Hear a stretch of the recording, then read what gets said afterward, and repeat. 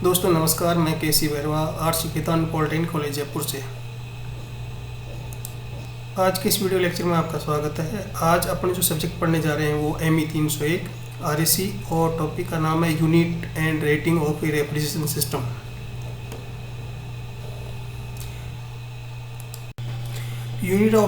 अब अपना आते हैं unit of refrigeration. Unit of refrigeration की जहाँ हम अपने बात करते हैं, रेफ्रिजरेशन का मतलब होता है लो टेम्परेचर क्रिएट करना और उसे मेंटेन करना। और लो टेम्परेचर क्रिएट करने के लिए हीट को रिमूव किया जाता है।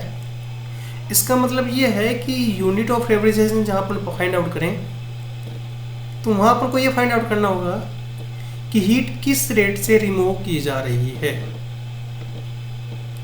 यानी कूलिंग रेट क्या है। सो यूनिट ऑफ रेफ्रिजरेशन जहाँ पर फाइंड आउट करते हैं उसके लिए एक स्टैंडर्ड्स यूनिट डिसाइड की हुई है, वो है टन। और टन जनरली USA, UK और इंडिया जैसे कंट्रीज में रेफ्रिजरेशन की मेन यूनिट काम में ली जाती है। इस टन की डेफिनेशन से देखा जाए तो अपन देखते हैं कि एक टन किसके बराबर होता है। देखिए, इससे पहले टन से पहले अपन दो चीज़ें पढ़ना जरूरी है। एक टन जो USA, UK में काम में लिया जाता है वो कहलाता है 100 टन और वो होता है 2000 पाउंड के बराबर, यानी 906 kg ऑफ वाटर के बराबर। जब इंडिया की बात करते हैं, इंडिया में मोस्ट जनरली जो काम में लिया जाता है वो मैट्रिक टन होता है और मैट्रिक टन होता है 1000 kg के बराबर। सो यहाँ अपन जो रेफ्रिजरेशन की यूनिट है उसमें जो टन की डेफिनेशन है वहाँ अपन मैट्रिक टन काम में नहीं लेंगे, अपन यहाँ काम में लेते हैं 100 टन। जनरली जो 100 टन होता है वो मैट्रिक टन से 10% कम होता है, यानी मैट्रिक टन आपका 100 kg का है तो 100 टन आपके पास में 906 kg का होता है। अब डेफिनेशन से देखते हैं कि साहब ये टन होता क्या है। एक टन का मतलब होता है कि रेफ्रिजरेशन की यूनिट, एक टन का मतलब होता है कि एक टन जो वाटर है जो 0 डिग्री सेंटीग्रेड का है, यदि कोई refrigeration machine either the refrigerator है चाहे आपके पास में एयर कंडीशनिंग सिस्टम है, वो यदि 24 घंटे के अंदर 0 डिग्री सेंटीग्रेड की आइस में कन्वर्ट कर देता है, वो यूनिट एक टन के बराबर कहलाती है। यानी एक टन वाटर 906 kg वाटर जिसको अपन कहें वो 0 डिग्री सेंटीग्रेड का है और उसको कोई मशीन, आपका रेफ्रिजरेशन सिस्टम है या चाहे एयर कंडीशनिंग सिस्टम है, वो 24 घंटे के अंदर 0 डिग्री सेंटीग्रेड की आइस में कन्वर्ट कर देता है, वो यूनिट एक टन के बराबर होती है। ठीक है। अब देखिए कि जब आपके पास में वाटर आइस में कन्वर्ट होता है उस सिचुएशन में उस वाटर से लेटेंट हीट रिमूव की जाती है जिसको हीट ऑफ फ्यूजन कहते हैं, और वो होती है आपके पास में आइस के लिए 335.4 किलो जूल पर kg। यानी कि 1 किलो वाटर जो 0 डिग्री सेंटीग्रेड का है उसको अपना 0 डिग्री सेंटीग्रेड के आइस में कन्वर्ट करना है, तो उस कंडीशन में इतनी अमाउंट की हीट उससे रिमूव करनी होगी, तब वो आपके पास में 0 डिग्री सेंटीग्रेड का वाटर आइस में कन्वर्ट होगा, फ्रीज होगा। ठीक है। इसका मतलब ये है कि अपन के पास में टोटल जो इस रेट को निकाला जाए, इस हीट रिमूवल रेट को निकाला जाए कि किस रेट से हीट उसमें से रिमूव की जा रही है, क्योंकि 24 घंटे में डिसाइडेड है, टाइम ड्यूरेशन डिसाइडेड है। तो जब टाइम ड्यूरेशन डिसाइडेड है तो एक रेट आ जाएगी अपने पास में कि उस किस रेट से अपन हीट रिमूव कर रहे हैं। तो उस हीट को रिमूव जो हीट है उसको कैलकुलेट करने के लिए अपन क्या करते हैं, देखिए 906 kg आपके पास में ये एक टन 100 टन के बराबर वाटर है, इसको 335.4 किलो जूल से मल्टीप्लाई कर दिया, ये टोटल हीट रिमूव की जा रही है 24 आवर्स में। यदि मैं इसको पर सेकंड में निकालना चाहूँ तो मैं इसको डिवाइड कर देता हूँ 24 से, उसके बाद 60 से, उसके बाद 60 से मेरे पास में ये वैल्यू आती है जो पर सेकंड हीट रिमूवल रेट देती है, जिसको अपने किलोवाट में कन्वर्ट करते हैं। यानी ये यूनिट आपके पास में 1 टन के बराबर है। यानी इसी रेट से मैं हीट रिमूव करता हूँ तो वो रेट रिमूवल जो है आपके पास में 1 टन यूनिट के रेफ्रिजरेशन के बराबर होगी। ठीक, इस तरह से आपके पास में ये जो है, आपके पास कोई कहता है कि 2 टन रेफ्रिजरेशन सिस्टम की बात करता हूँ, तो उसका मतलब कितना हो जाएगा, ये 7 किलोवाट के बराबर हो जाएगा।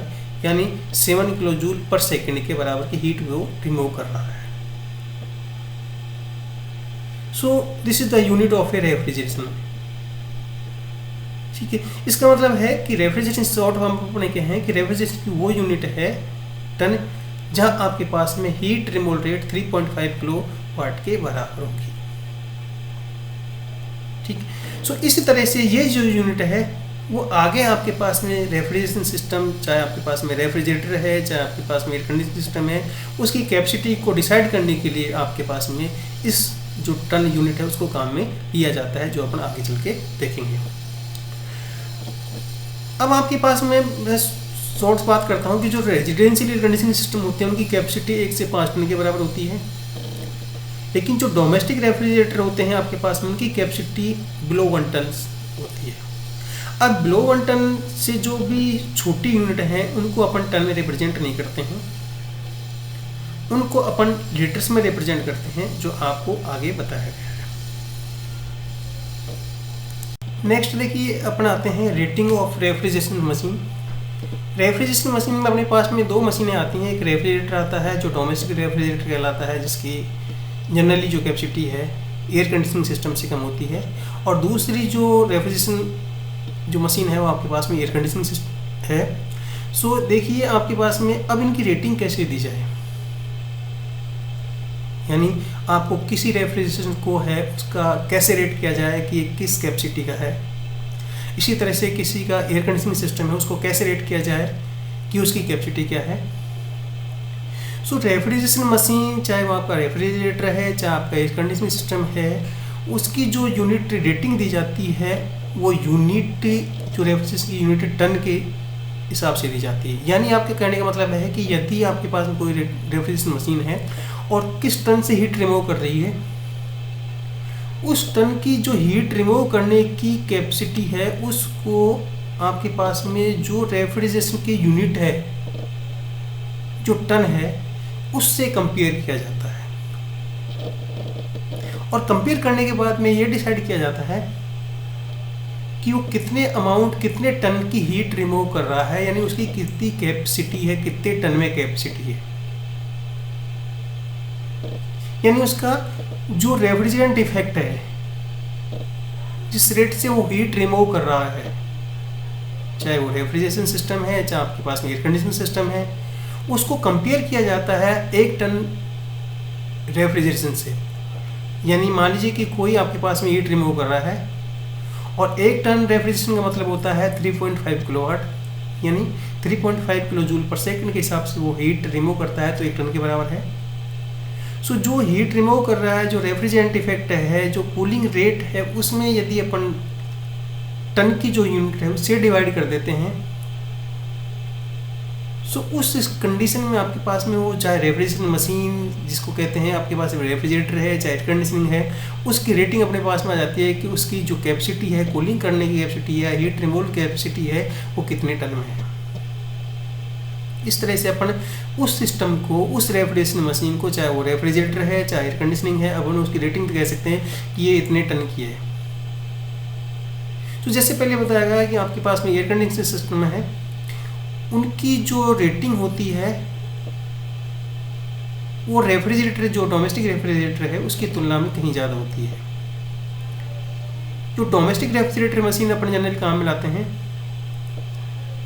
वो 0.15 टन से लेकर 1 टन के बीच में होती हैं, जबकि जो एयर कंडीशनिंग सिस्टम है उनकी जो रेटिंग है, जो डोमेस्टिक रूप से अपन काम में लाते हैं, उनकी रेटिंग 1 टन से लेकर 5 टन तक होती है। यदि फॉर एग्जाम्पल मान लीजिए कि कोई रेफ्रिजरेशन मशीन है, डोमेस्टिक रेफ्रिजरेटर है, जो आपके पास 25 टन का है, 0.25 टन का है।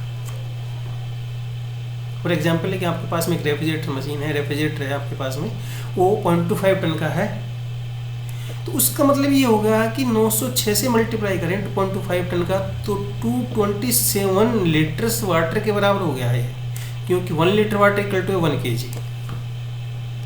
इसका मतलब है कि इतने किलो वाटर को ये आपके पास में, या इतने लीटर वाटर को 24 आवर्स में 0 डिग्री सेंटीग्रेड की आइस में कन्वर्ट कर लेगा। ये इसकी कैपेसिटी कहलाती है। सो आपने देखा होगा कि जो आपके हाउस होल्ड रेफ्रिजरेटर्स होते हैं, उनकी जो स्मॉल कैपेसिटी होते हैं, इन्हीं के कारण उनकी कैपेसिटी लीटर में प्रेजेंट की जाती है। 165 लीटर, 227 लीटर, 394 लीटर, 459 लीटर, इस तरह से लीटर में व्यक्त की जाती है।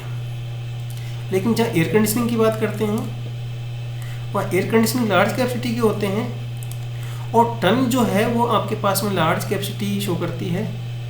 स्मॉलर कैपेसिटी के लिए अपन लीटर यूज करते हैं, जो जनरल डोमेस्टिक रेफ्रिजरेटर जो मशीन होती है उनमें काम में लिया जाता है।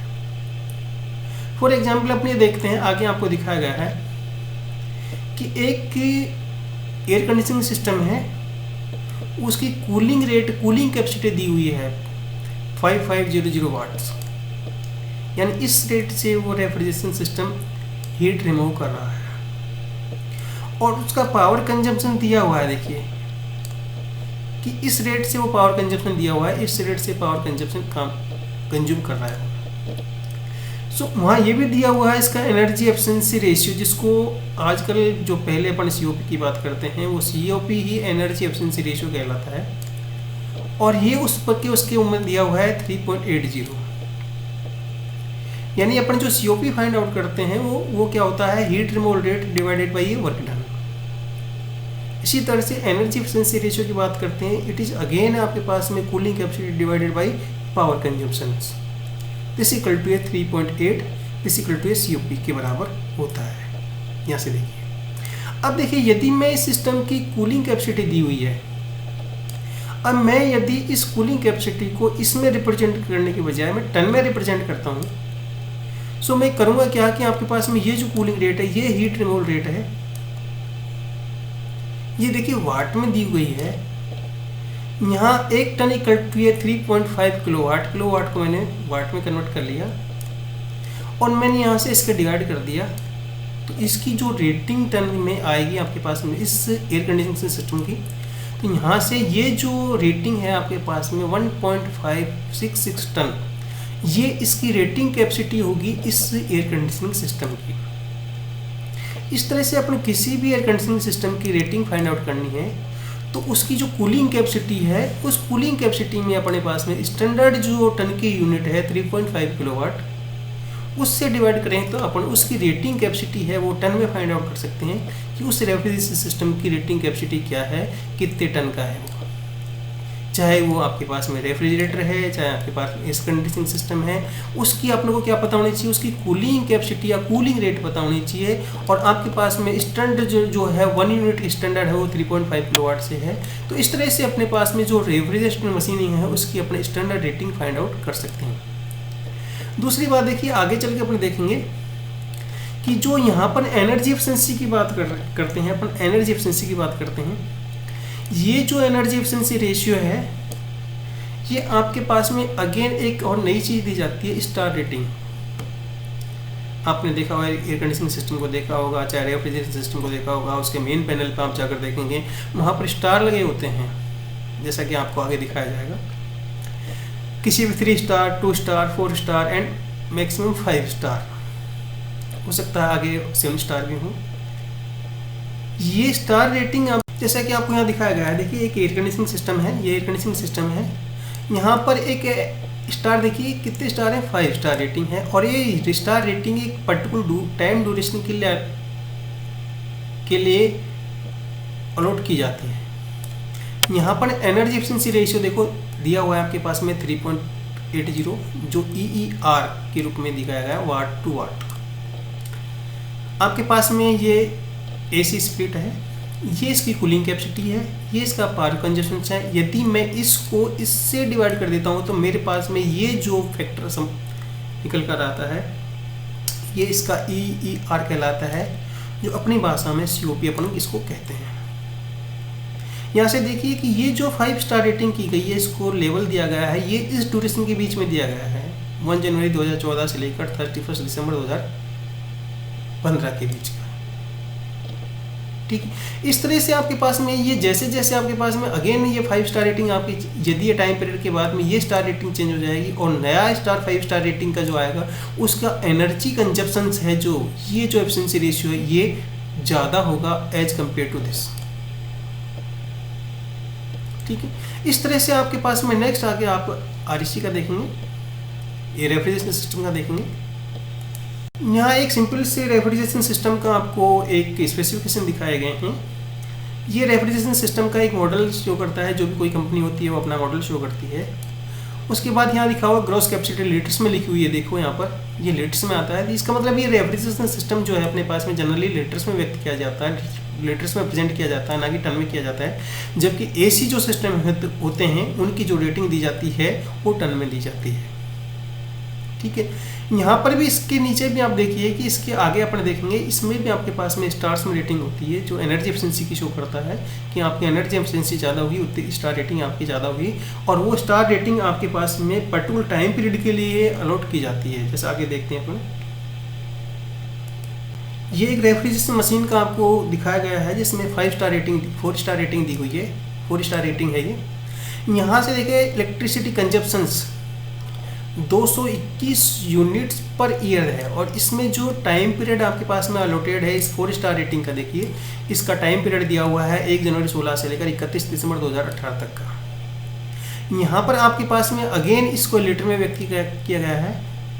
इस तरह से ये जो आपके पास में जैसे ही ये टाइम पीरियड खत्म हो जाएगा उसके बाद ये स्टार रेटिंग चेंज हो जाएगी, और दूसरी नई स्टार रेटिंग के लिए आपके पास में यहाँ पर एनर्जी कंजप्शन का जो यूनिट्स हैं वो आपके पास में कम होती नज़र आएंगी, वो इससे कम होंगी, और आपके पास में यहाँ स्टार रेटिंग चेंज हो जाएगी। ये 3 स्टार 4 स्टार है तो 3 स्टार में चेंज हो जाएगा, और इसकी जगह 4 स्टार का जो आएगा उसका एनर्जी कंजप्शन इसकी तुलना में कम होगा। इस तरह से आपके पास में ये स्टार रेटिंग भी आपके पास में अलॉट की जाती है। सो आपके पास में जो रेटिंग दी जाती है आइदर द एनर्जी कंजप्शन के रेट का आधार पर 3 स्टार 4 स्टार 5 स्टार रेटिंग दी जाती है। दूसरी रेटिंग का अपन जो इसकी कैपेसिटी के आधार पर दी जाती है कि आइदर द कितने लीटर्स का है यदि वो रेफ्रिजरेशन सिस्टम है तो, और यदि एयर कंडीशनिंग सिस्टम है तो वो कितने टन का है जो उसकी कैपेसिटी को शो करता है। सो मेन 2 चीज़ें याद रखी जाती हैं, उसकी एनर्जी, उसकी एक तो कैपेसिटी कूलिंग कैपेसिटी, दूसरा उसका efficiency rate energy efficiency rating जो स्टार्स में व्यक्त की जाती है। इसी के साथ दोस्तों धन्यवाद।